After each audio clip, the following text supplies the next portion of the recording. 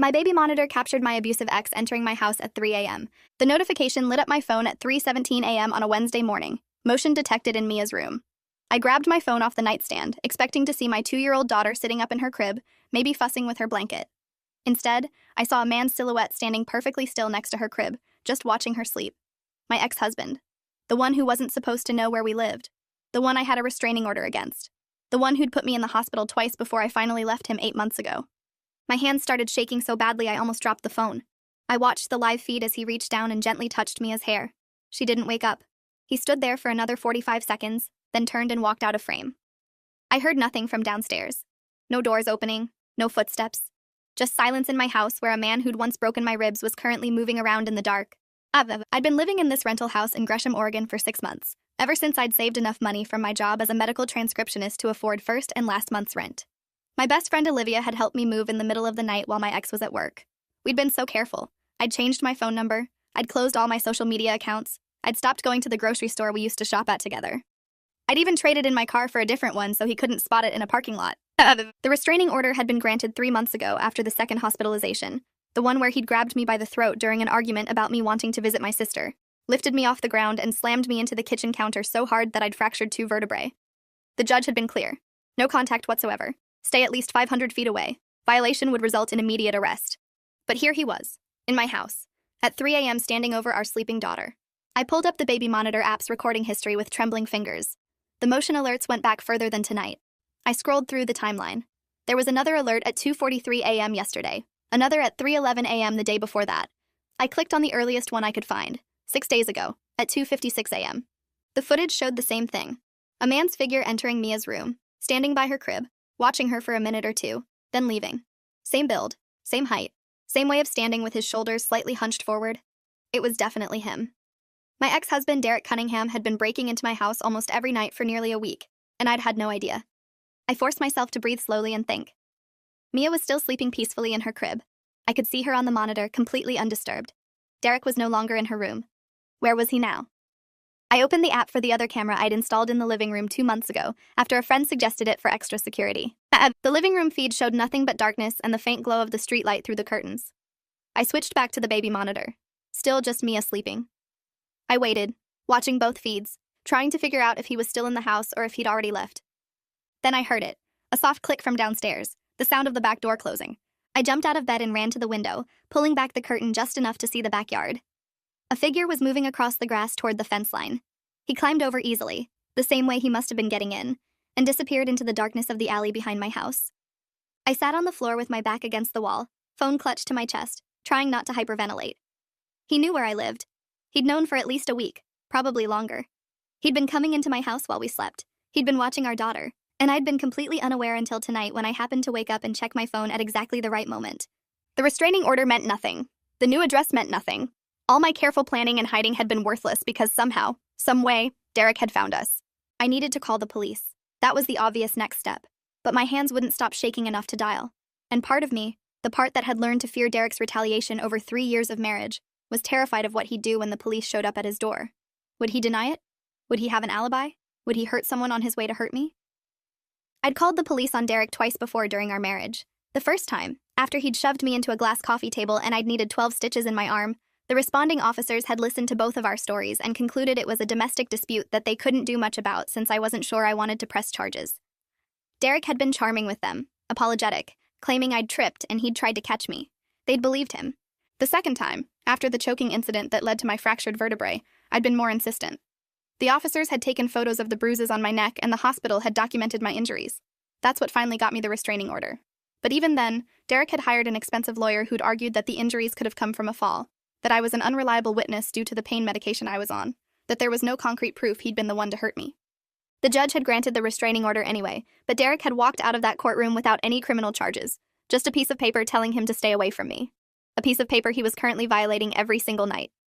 I pulled up my phone contacts and found the one labeled Attorney Whitfield. Maxwell Whitfield was the lawyer who'd helped me with the restraining order. He'd been recommended by the women's shelter I'd stayed at for 2 weeks before finding this rental house. He'd worked on a sliding scale based on my income and had actually seemed to care about my case rather than just going through the motions. It was 3:47 a.m. I couldn't call him now, but I sent him an email anyway, typing it out with shaking hands. Maxwell, Derek has been breaking into my house at night. I have video footage. Please call me as soon as you can. Alana Cooper. Then I did call the police. Because what else could I do? The dispatcher answered on the second ring. I explained the situation as calmly as I could. Restraining order, ex-husband, baby monitor footage, breaking and entering. She asked if he was still in the house. I said no, he'd left about 10 minutes ago. She asked if I was in immediate danger. I said I didn't think so, but I wasn't sure. She said she'd send officers to take a report and that I should stay inside with the doors locked until they arrived. 2 officers showed up 23 minutes later. I'd spent that time downloading all the baby monitor footage to my phone and laptop, saving every clip that showed Derek in Mia's room. I had 6 separate videos spanning 6 nights, each showing the same pattern. Derek entering, standing by the crib, watching Mia sleep, then leaving. The officers were professional but skeptical. The older one, Officer Raymond Delaney, with about 20 years on the force based on his age, took notes while I explained everything. The younger one, Officer Stevens, walked through my house checking windows and doors for signs of forced entry. How do you know it was your ex-husband in the footage? Officer Delaney asked. The video quality isn't great in the dark. I showed him a photo of Derek on my phone, one I'd kept specifically for situations like this, to prove to people what he looked like. Same height, same build, same posture. It's him. Officer Stevens came back from his inspection. No signs of forced entry on any of the doors or windows. Everything looks secure. How do you think he's getting in? I don't know. Maybe he made a copy of the key before I moved out? Maybe he's picking the locks? I changed all the locks when I moved in, but maybe that wasn't enough. The officers exchanged a look. We can file a report for violation of the restraining order, Officer Delaney said. We'll need copies of all this footage, but without catching him in the act or having physical evidence of the break-in, it's going to be difficult to pursue criminal charges. What do you mean difficult? I have video of him in my house standing over my daughter. I have a restraining order that says he's supposed to stay 500 feet away. How is that not enough? The video shows someone who appears to be him, Officer Delaney said carefully. But it's dark. The footage is grainy, and a defense attorney could argue it's not definitively him. We'll include it in the report, but I want to be honest with you about the challenges here. So what am I supposed to do? Just wait for him to actually hurt us before you can do anything? Officer Stevens looked uncomfortable. We're not saying that. We're just explaining the legal reality. File the report, we'll document everything. We'll contact him about the restraining order violation. But you should also consider additional security measures. Better cameras, an alarm system, maybe staying somewhere else for a while. I can't afford to move again. I just spent everything I had getting into this place. They left 40 minutes later with copies of all my footage and a case number for the report. They said they'd contact Derek within 24 hours and that I should call 911 immediately if I saw him again. Then they drove away, leaving me alone in a house that no longer felt safe. I didn't sleep the rest of that night. I sat in Mia's room in the rocking chair, watching her sleep, checking the baby monitor app every few minutes even though I was right there in the room with her. Every sound the house made, the heater kicking on, the refrigerator humming, the wind against the windows, made my heart race. Maxwell Whitfield called me at 8:15 a.m. I answered on the first ring. Alana, I got your email. Tell me everything. I told him about the footage, the police report, the officer's skepticism.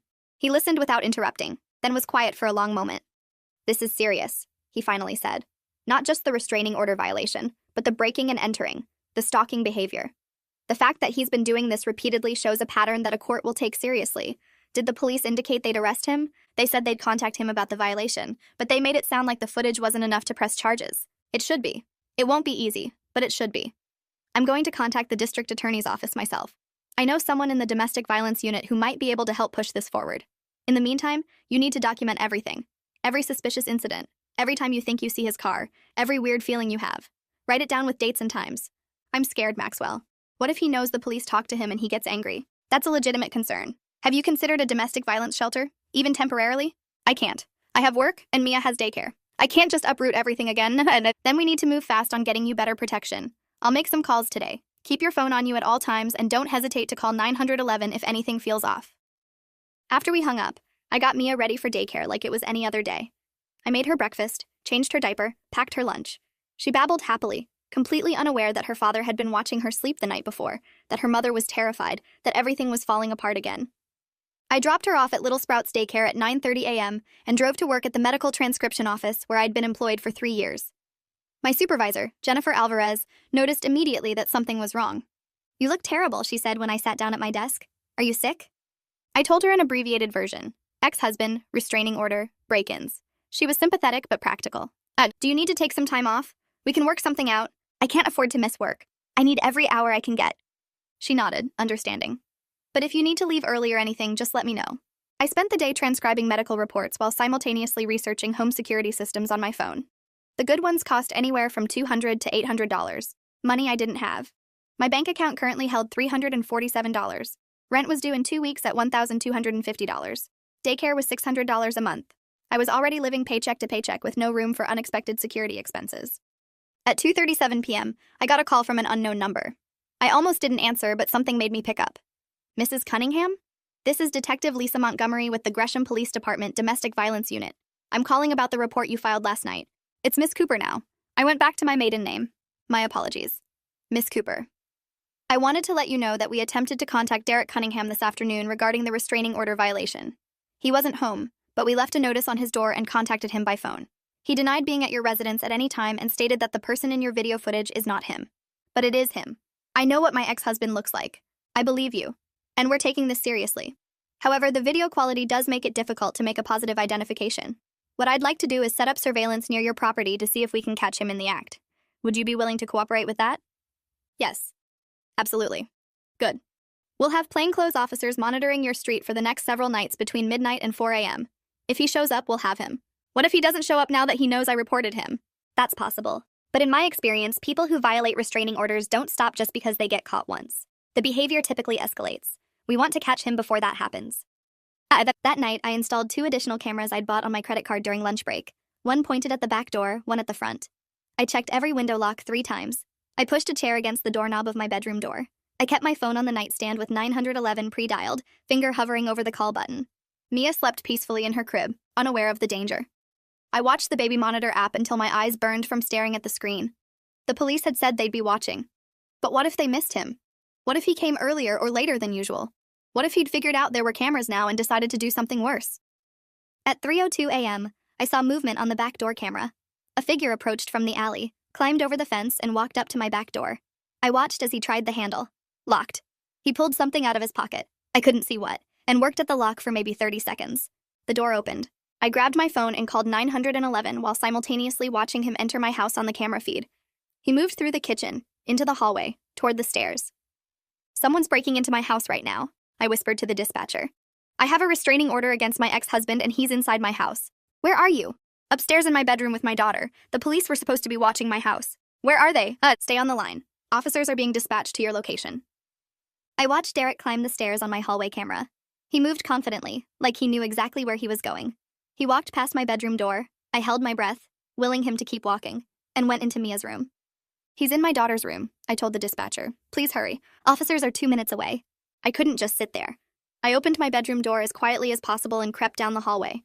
Through the crack in Mia's door, I could see Derek standing by her crib, illuminated by the nightlight. He was reaching down to touch her. Something in me snapped. This was my daughter. This was my house. I'd left him. I'd gotten the restraining order. I'd done everything right, and he was still here, still terrorizing us, still acting like he had the right. Get away from her, I said.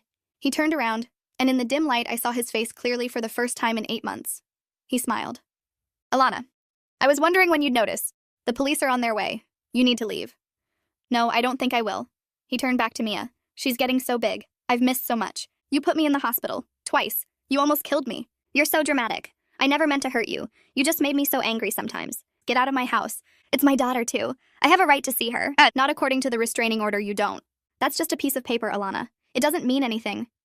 I heard sirens in the distance getting closer. Derek heard them, too. His expression changed from calm to irritated. You called the cops. Really? You broke into my house. What did you expect? He moved toward me fast. I tried to back away, but he caught my arm, his grip exactly as painful as I remembered. This isn't over, he said quietly. You can get all the restraining orders you want. You can move as many times as you want. I'll always find you. You're mine. Then the front door burst open and I heard voices shouting, Police! Show me your hands! Derek let go of my arm and put his hands up, that same charming smile sliding across his face. Officers, thank God you're here. My ex-wife has been keeping my daughter from me and I just wanted to see her. 3 officers came up the stairs, weapons drawn. One of them was Officer Delaney from the night before. He looked at me, at Derek, at the situation, and his expression hardened. Mr. Cunningham, you're under arrest for violation of a restraining order and breaking and entering. This is a misunderstanding. I have parental rights. You have a restraining order that says you can't be within 500 feet of this woman or this residence. Put your hands behind your back. They arrested him right there in Mia's bedroom. She woke up crying from all the commotion and I picked her up, holding her close while they put handcuffs on Derek and read him his rights.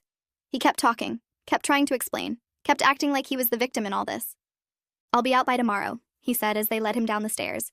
"And when I am, we're going to have a real conversation about custody, Alana. You can't keep my daughter from me forever." After they took him away, I sat in Mia's room rocking her back to sleep while Detective Montgomery took my statement. She was professional and thorough, documenting every detail, taking photos of the red marks Derek's fingers had left on my arm.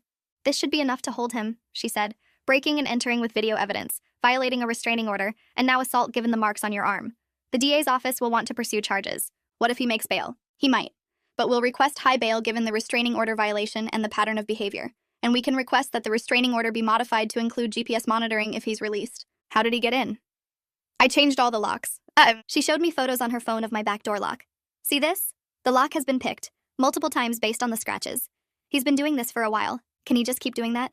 Even if you arrest him? Not if you upgrade to a deadbolt that's pick-resistant. I can give you some recommendations. I can't afford new locks. I can barely afford to live here as it is." Detective Montgomery was quiet for a moment. "There are resources available for domestic violence victims, grants and programs that help with things like security upgrades. I'll connect you with a victim's advocate who can help you access those." The next morning, I met with the victim's advocate, a woman named Rebecca Thornton who worked for a nonprofit called Safe Harbor. She had kind eyes and spoke in a gentle voice that made me want to cry. "You're not alone in this," she said.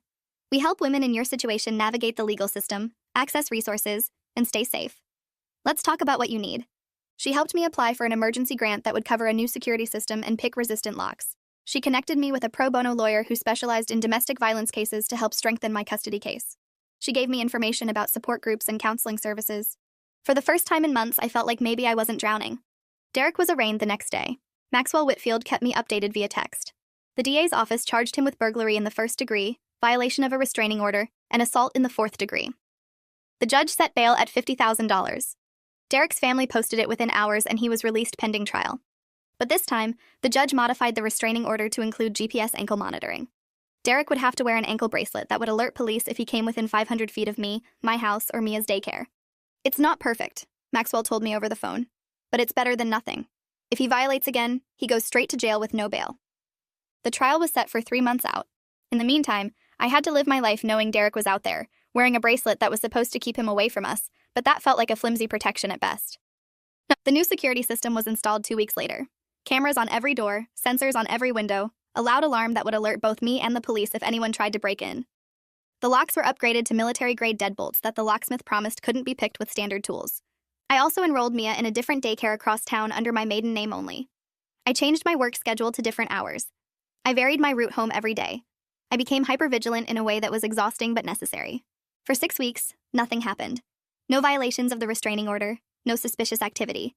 Derek's ankle monitor showed he was staying away from us. I started to relax incrementally, though I never fully let my guard down. Then I got a call from Detective Montgomery. "Miss Cooper, I need to inform you that Derek Cunningham's ankle monitor was tampered with last night. It stopped transmitting at approximately 11 p.m. We don't know his current location." My stomach dropped. What does that mean? It means he cut it off or disabled it somehow. We've issued a warrant for his arrest for tampering with monitoring equipment and violating the conditions of his release. But until we locate him, I need you to be extremely cautious. Where am I supposed to go? What am I supposed to do? Is there somewhere you can stay? Family, friends, a shelter?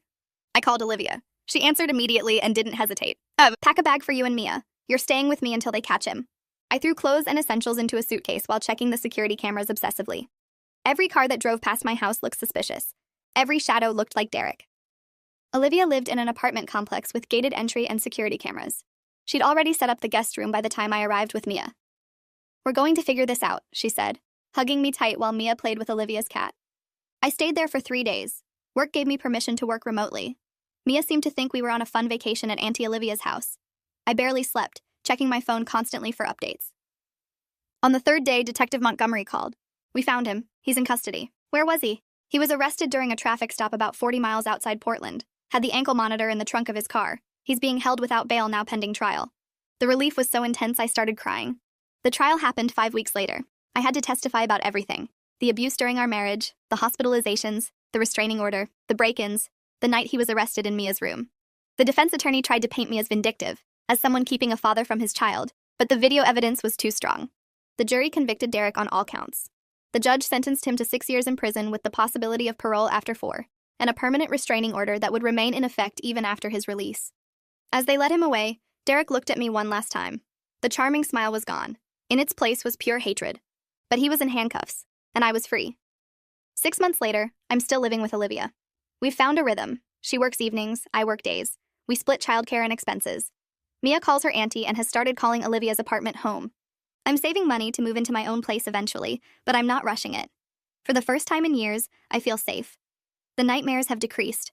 My hands don't shake when I hear unexpected noises anymore. I still check the baby monitor app obsessively, even though we're not in that house anymore. I still lock doors 3 times. I still vary my routes and look over my shoulder in parking lots. But Derek is in prison. Mia is safe. And I'm rebuilding a life that belongs to us, not to fear. That's enough for now. That has to be enough. Thanks for watching till the end. Make sure to subscribe and like to not miss the next story.